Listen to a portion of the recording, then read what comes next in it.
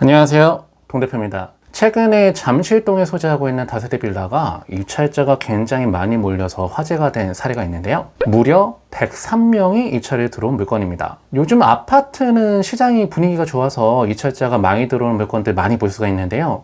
이 다세대 빌라가 100명이 넘게 들어온 사례는 굉장히 이례적인 사례다, 이렇게 볼 수가 있습니다. 어떠한 물건이길래 이렇게 많은 사람들이 입찰에 들어왔는지 같이 한번 알아보면서 인근의 개발 계획까지 함께 알아보겠습니다. 먼저 물건 정보를 살펴보면은 사건 번호 2023-5478-2번 사례입니다. 소재지 서울특별시 송파구 잠실동의 물건 종별은 다세대 빌라인데 평형대는 26평형이다 이렇게 되어 있다 보니 실수요자분들한테도 괜찮아 보이는 그러한 물건이 경매가 나왔던 사례입니다. 대지 지분이 14.8평. 아무래도 다세대 빌라 살 때는 대지 지분 큰 게 유리한데 14.8평이라고 하면은 괜찮고요. 건물 면적 23.3평짜리가 최초의 감정평가 금액 6억 7,800만 원에 나왔다가 얼마 전에 낙찰이 됐는데요. 2026년 1월 26일 날 입찰자 103명이 들어와서 9억 1,333만 원에 낙찰이 되었습니다. 1등으로 낙찰받으신 분 가격이 굉장히 잘 쓰셨죠? 2등으로 입찰 들어오신 분이 9억 1,300, 약 33만 원 정도 차이로 낙찰이 됐습니다. 그러다 보니 2등으로 떨어지신 분은 굉장히 아까웠겠죠? 차순위 매수 신고까지 한 물건으로 굉장히 인기가 많았었던 물건이다. 그러면 어떠한 다세대 빌라가 나왔는가 먼저 사진부터 같이 보겠습니다. 외관 사진을 같이 보면은 일단 그렇게 신축 다세대 빌라로 보이진 않으시죠? 네, 이 다세대 빌라는 2007년도에 지어진 다세대 빌라입니다. 거의 준공된 지 20년 가까이 된 다세대 빌라인데요. 잠실동에 소재하고 있는 물건이다 보니 주변의 주거 환경은 양호한 그런 지역으로 들어가겠고요. 필로티 주차장 모습도 보이고, 그 다음에 무엇보다 20년 가까이 된 다세대 빌라인데도 불구하고 엘리베이터가 소재하고 있었던 다세대 빌라다. 그러다 보니 실제로 거주하기도 괜찮은 다세대 빌라였다고 하는 거죠. 마지막으로 내부 구조를 살펴봤더니 방 3개에 화장실 2개의 구조로 되어 있었던 다세대 빌라입니다. 그럼 일단은 물건 자체는 괜찮네요. 잠실동에 소재하고 있는 물건이고 방도 3개고 화장실도 2개 있는 물건이다 보니 인기가 많지 않았는가 이렇게 생각이 되는데요. 무엇보다 부동산에 투자할 때는 위치가 중요하지 않습니까? 과연 어떤 위치에 있는 물건이었는가 지도를 같이 보도록 하겠습니다. 위치를 같이 살펴보면은 지하철 9호선 삼정역에서 그다지 멀지 않은 위치에 소재하고 있는 물건이고요. 바로 인근에는 탄천이 소재하고 있고, 지도를 조금만 키워보면은 인근의 종화운동장역에서 2호선을 환승하게 되면은 강남하고 출퇴근이 접근성이 좋은 그러한 잠실동에 소재하고 있던 다세대 빌라가 경매가 나온 거죠. 일단 이 지역은 주변에 개발 호재가 많은 지역이기 때문에 여러분들이 알아놓으시면 좋은 지역이고요. 이 인근에 부동산이 나온다라고 하면은 한번 구매를 해보셔도 좋겠습니다. 여러분들 이 주변 지역에 들어보셨던 개발 계획 어떤 것들을 들어보셨나요? 나중에 이 주변 지역일 때가 강남의 새로운 거점이 되는 지역이다 이렇게도 얘기를 하거든요. 어떠한 개발 계획들을 들어보셨나요? 첫 번째 개발 계획, 이 종합운동장 이 부지를 갖다가 개발한다라고 하는 그런 개발 계획 들어보셨나요? 바로 잠실 마이스 개발 사업이 이루어지는 부지가 바로 저 지역이죠. 잠실 마이스 개발 사업은 일단은 저 종화운동장이라고 하는 시설이 굉장히 오래된 시설 아닙니까? 예전에 88년 올림픽을 할 때 만들어진 시설이다 보니까 시설이 굉장히 낙후가 됐겠죠. 일단은 먼저 진행이 되는 게 올림픽 주경기장을 리모델링 공사를 하고요. 그 다음에 잠실 야구장도 올해 철거가 들어간다 이렇게 얘기를 하죠. 잠실 야구장이 새롭게 그 자리에 신축이 될 겁니다. 이제는 비가 와도 눈이 와도 야구를 보러 갈 수가 있는 동구장으로 개발한다라고 하는 그런 내용이죠. 그 다음에 이 잔여 부지에다가 컨벤션 센터도 짓고 호텔도 짓는 문화복합시설을 다용도로 개발하는 사업을 우리가 잠실 마이스 개발 사업이다 이렇게 얘기를 합니다. 이 잠실 마이스 개발 사업이 이루어지게 된다라고 하면은 주거용 부동산의 인프라가 굉장히 좋아지는 거죠.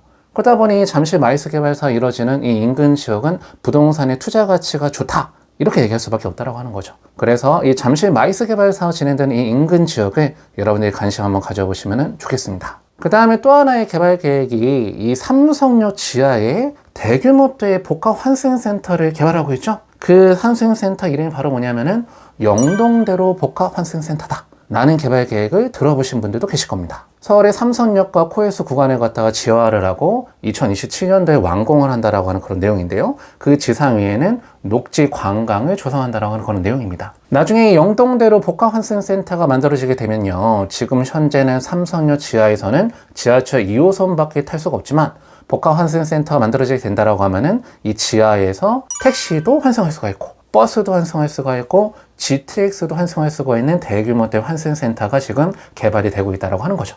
그러면 이 삼성역이라고 하는 역이 강남의 새로운 거점역이 될 수가 있겠다, 이렇게 얘기할 수가 있겠네요. 그렇기 때문에 이 삼성역 주변 지역으로 들어가는 부동산들도 우리가 관심을 좀 가져보면 좋겠죠. 그 다음에 마지막 이슈로 들어가는 게 바로 뭐냐면은 현대자동차그룹 글로벌 비즈니스 컴플렉스라고 되어 있는 요 부지입니다. 여러분들 많이 들어보셨을 텐데 현대 GBC 타워가 개발되고 있는 그런 부지죠. 저 현대 GBC 타워가 올라가고 있는 부지는 원래 예전에는 한전 소유에 있었던 땅을 현대자동차가 온비드 공매를 통해서 낙찰받아서 업무 빌딩을 짓고 있는 개발 사업입니다. 그때 당시 낙찰가가 약 11조 정도의 낙찰이 돼갖고 굉장히 이슈가 됐었던 그런 부지죠. 애초에 현대건설에서 이 부지에다가 GBC 타워를 지으려고 했을 때는 랜드마크 빌딩을 짓기 위해서 100층이 넘는 그런 업무 빌딩을 지으려고 했었는데요.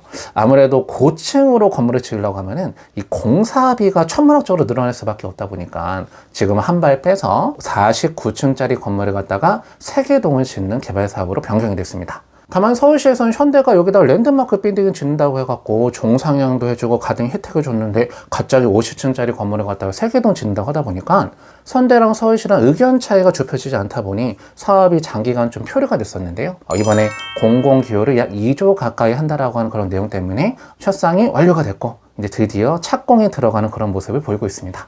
지하 8층, 지상 최고 49층짜리 건물을 3개동을 짓는다, 이렇게 얘기를 하네요. 그럼 이 부지는 업무 빌딩이 3개동에 올라가다 보니까 일자리가 많이 늘어나게 될 수가 있겠네요. 그러면 3박자가 딱 맞아떨어지지 않습니까? 종합운동장 부지에는 문화공연시설, 삼성역 지하에는 교통, 그 다음에 현대 GBC 타워는 일자리, 이렇게 조성되다 보니까 이 주변 지역의 때가 강남의 새로운 거점으로 개발된다라고 이렇게 얘기를 하는 겁니다. 그래서 여러분들이 이 주변 지역으로 들어가는 부동산들은 계속 관심 한번 가져보시고 물건을 한번 찾아보시면 좋겠는데요. 해당 물건이 나와 있었던 잠실동은 이러한 주변 개발 호재뿐만 아니라 한 가지의 개발 호재가 더 있기 때문에 요즘에 관심도가 높아지고 있는 그런 지역입니다. 바로 모아타운이라고 하는 재개발을 추진하고 있다고 하는 그런 내용이죠. 아까 전에 그 위치에 재개발이 돼서 새 아파트만 올라갈 수가 있다고 하면 입지적인 요건은 어떨까요? 너무나 훌륭하겠죠? 무엇보다 바로 옆에 있는 잠실 우성 4차 아파트도 재건축을 진행하고 있거든요. 굉장히 진행 속도가 빠릅니다. 시공사도 대림건설로 선정이 됐고 대림건설에서는 아파트를 하이엔드 브랜드로 간다, 이렇게 얘기합니다. 대림건설에서 짓는 하이엔드 브랜드, 어떤 브랜드가 있나요? 우리가 좋아하는 아크로 브랜드가 있죠. 바로 옆에 있는 이 세터에다가 모아타운을 진행해서 재개발을 한다라고 하면은 이 세터 안에 들어가는 다세대 빌라도 우리가 관심을 가져볼 만하다라고 하는 거죠. 사실은 이 잠실동으로 들어가는 맞은편 일대가 모아타운에 대한 이슈가 굉장히 많았던 동네 아닌가요? 바로 이 삼전동 일대가 대규모대의 모아타운을 진행하고 있죠. 삼전동 상단과 하단으로 구분해 갖고 모아타운을 진행하고 있고요. 저 모아타운을 진행하고 있는 토지 등 소유자의 숫자가 10,000명이 넘는다고 하는 정도의 수준입니다. 나중에 재개발만 될 수가 있다라고 하면은 제2의 헬리오시티가 만들어질 수가 있겠다, 이렇게 얘기하는 그런 지역인데요. 사실은 지금 주민 간의 분쟁이 좀 많다 보니까 상단은 좀 속도가 느린 것 같고요. 하단은 조금 진행하고 있는데 빠르게 진행되기에는 좀 쉬워 보이지는 않습니다. 아무튼 이 삼전동에도 예전부터 모아타운에 대한 이슈가 있었는데요. 요즘에는 이 잠실동에도 이 모아타운을 진행한다라는 그런 이슈가 있다 보니까 많은 사람들이 관심을 갖고 있는 그런 지역입니다. 그러다 보니 이번에 나온 다세대 빌라 주변에 개발 호재도 많고 재개발에 대한 이슈까지 같이 품고 있다 보니 많은 일찰자가 들어오지 않았는가, 이렇게 생각이 됩니다. 요즘에 서울의 주택 공급량이 부족한 건 사실이잖아요. 그런데 문제가 바로 뭐냐면은 새 아파트를 지을 수가 있는 땅도 이제 남지 않았다라는 겁니다. 그러다 보니 새 아파트를 공급할 수가 있는 유일한 수단이 재개발 재건축밖에 없다 보니 서울의 재개발 재건축은 계속해서 인기가 많을 수밖에 없는 거죠. 그럼 여기서 한 가지 중요한 내용을 알려드리면은 여러분들이 요 다세대 빌라 경매로 낙찰받으면 물론 토지거래 허가 받을 필요가 없거든요. 근데 요 지역에 가서 여러분들이 매매를 물건을 사신다라고 하면은 토지거래 허가를 받아야 될까요? 안 받아도 될까요? 어떻게 생각하십니까? 만약에 이 재개발 지역이 신소통화 기획으로 들어가는 재개발 지역이라고 하면은 다세대 빌라를 산다고 하더라도 토지거래 허가를 받으셔야 됩니다. 작년에 10월 15일 날 발표가 된 부동산 대책은 아파트만 토지거래 허가 받아야 된다면서요. 그거랑은 또 다른 분야입니다. 신소통화 기획으로 들어가는 지역의 다세대 빌라를 사실 때는 토지거래 허가를 받으셔야 돼요. 그런데 모아타운으로 들어가는 지역에다가 다세대 빌라를 사실 때는 토지거래 허가 받아야 되느냐, 안 받아도 되느냐? 바로 받지 않아도 된다. 그런데 오히려 모아타운을 진행하고 있는 지역에다가 도로를 살 때는 토지거래 허가를 받으셔야 돼요. 예전에 기획부동산에서 모아타운으로 들어가는 구역 내에 도로를 매입해서 쪼개서 팔아서 문제가 됐었던 거 기억하시는 분들 계시나요? 그 이후로 모아타운 내에는 도로를 살 때는 오히려 토지거래 허가를 받아야 됩니다. 그런데 다세대 빌라를 살 때는 토지거래 허가 받을 필요가 없다. 그러다 보니 실거주 의무도 부과가 되는 게 아니고요. 그 다음에 전세나 월세가 들어가 있는 물건이라 하더라도 구매가 가능하다고 하는 거죠. 그 다음에 처분할 때도 토지거래 허가를 받을 필요가 없다 보니까 매각할 때도 편리한 부분이 있다고 하는 겁니다. 그래서 여러분들이 재개발 지역에다가 다세대 빌라를 투자하실 때도요, 신속통합계획으로 진행하고 있는 지역이냐, 모아타운으로 진행하고 있는 지역이냐, 이 부분을 반드시 확인해보고 입찰해 보시면 좋겠습니다. 자, 오늘 여러분들하고 잠실동에 소재하고 있던 다세대 빌라가 100명 넘게 입찰에 들어와서 낮춰야 됐던 사례를 같이 살펴봤습니다. 요즘에 아파트 시장 분위기가 너무 좋아서 가격이 너무 비싸죠? 이런 시기에는 여러분들이 위치가 좋은 다세대 빌라도 같이 한번 검토해 보시는 게 좋지 않을까 이렇게 생각이 됩니다. 자, 오늘은 여기까지 해서 마무리하도록 하겠고요. 다음 시간에 또 만나뵙도록 하겠습니다. 감사합니다.